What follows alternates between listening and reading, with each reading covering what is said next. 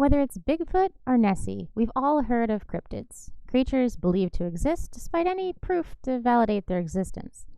Lately on Twitter, many members of the furry community have dubbed themselves some variation of cryptid in the bio of their name, often coupled with trash or dumpster.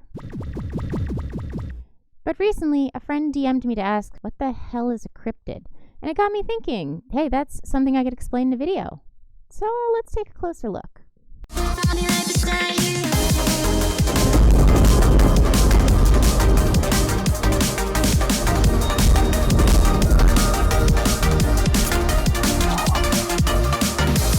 Hello, I'm Ragehound, and if you're new here, I make videos infrequently and play video games very, very badly on Twitch in my free time. Why do we keep hitting the wrong buttons? Whoa, hi! Oh no! Fuck!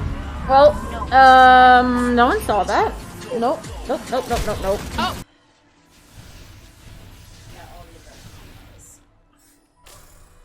This video is generously sponsored by G7 Force. We'll get a little more into them later.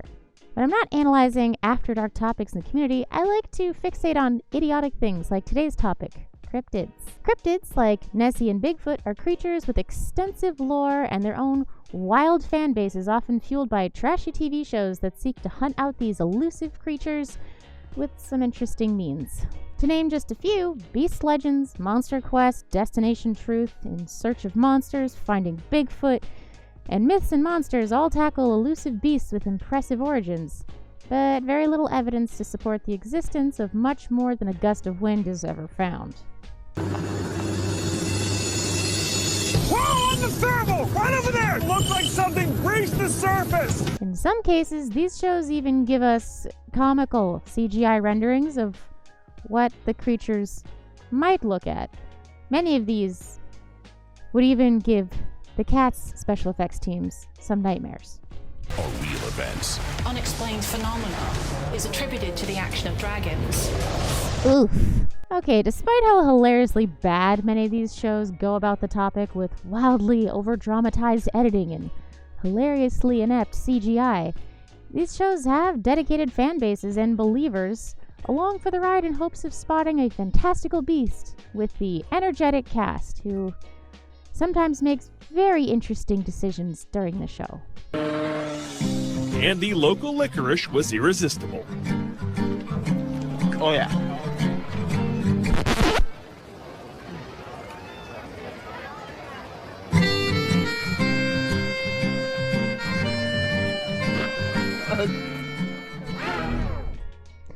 But that's where cryptids are today. Where did we start with this, and how did we even get this idea? Well, initial interest in cryptids can be traced back to when the term cryptozoology was attributed to Belgian zoologist Bernard Heuvelmann's 1955 book On the Track of Unknown Animals.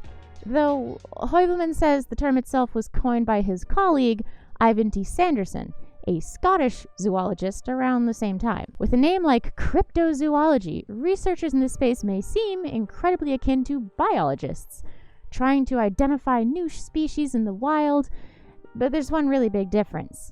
Biologists often follow the science of species that exist to help uncover new species and use science to verify this.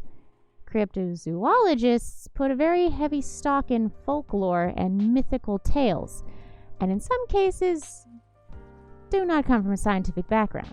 That's how you get states like New Jersey thinking that this is a thing. New Jersey, I know you have a lot of pollution, and it might have altered your mental state, but what the hell is this? In what world is this a thing? Because I am confused, and I have lived in New Jersey. Or this. Eyewitnesses report seeing a creature 7 feet tall. West Virginia, Mountain Mama, please go home because, oh my god, I hate bugs and this is the last thing I need to be scared shitless at night of next time I visit. It has dark hair and eyes that glow a ghostly red at night.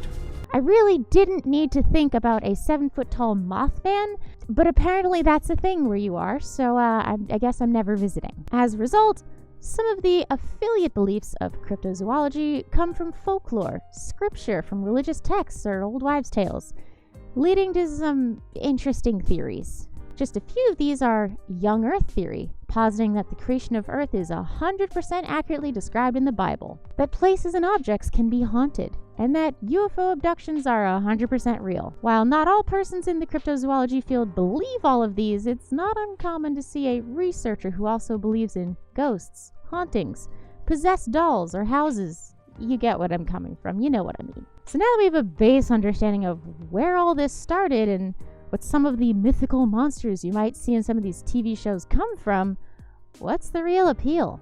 Well, apart from the obvious Monster of the Week formula that many of these shows heavily rely on, the monsters themselves are often a unique benefit to the towns that they reside in. They offer something that some other creatures can't necessarily offer: tourism.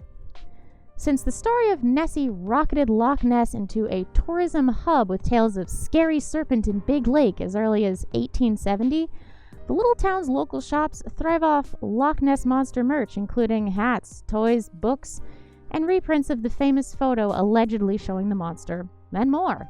It should then come as no surprise, then, that almost by chance, Lake Champlain also has a scary mega serpent living in its lake, thanks in part to a falsified quote in a Vermont Life article from 1970. Not to be outdone, Lake Erie also has a big scary monster named Bessie, a similar one spotted several times with varying lengths. What do I mean by that? Well, as early as 1793, it was said that Bessie was 16.5 feet in length. But then in 1817, she was spotted at being 30 feet long. But then later that year, at 60 feet in length. Curiously, of all these listed cryptids available online, many repeats can be seen across monster types.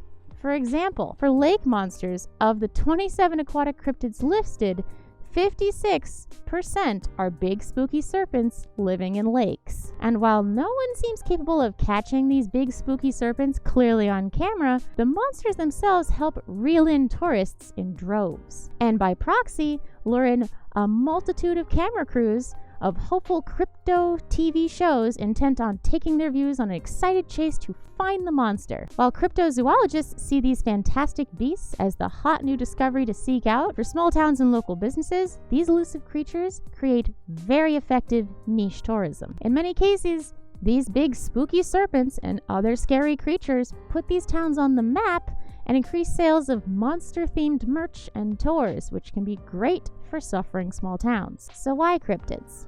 Why do we like them? Well, let's face it, scary monsters make for amazing stories. Whether it's biblical, occult, or passed down tall tales, fantastical beasts make great classic entertainment. Mythical tales of knights slaying dragons or monster being used as an allegory to make rowdy kids behave have endured for centuries. Whether we want to admit it or not, even us furries have a soft spot for the mythical werewolf daddies we idolize and the big buff dragons we draw. Are werewolves and dragons real scientific creatures?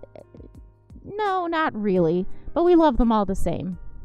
We're all about lore and backstory for our elaborate characters, and similarly love the fantastic and often scientifically inaccurate reasons our own characters are unnatural colors and have really weird designs. So is it any surprise that so many of us choose to call ourselves trash cryptids or dumpster cryptids?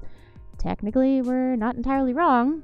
For example, there's no real proof that a pink and blue glitter-blasted dog could exist in real life, and yet Cupcake is a face you've attributed to a real person you've never seen. In her own right, I suppose Cupcake is a dumpster cryptid, in the sense that you'd probably have to be high on drugs and in a dumpster to conceivably ever see her. So whether you've added it to your bio because you have a guilty pleasure of watching whatever this is, the creature is also said to let out piercing shrieks and howls at night. this hilarity,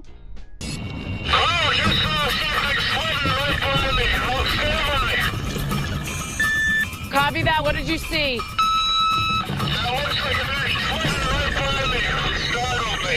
Be careful. It could be something bigger next time. or you just find putting cryptid in your name or bio is aesthetically pleasing, I hope you learned a little bit today and enjoyed the video. Doing all this research really pooped me out. Or it would have if I hadn't had a bit of G7 Force during the scripting process. Let's find out a little bit more about them now. Are you tired of being tired? Stop crapping out on your big streams and flip the switch with G7 Force. Skip the messy powder with our easy-to-use squeeze bottle.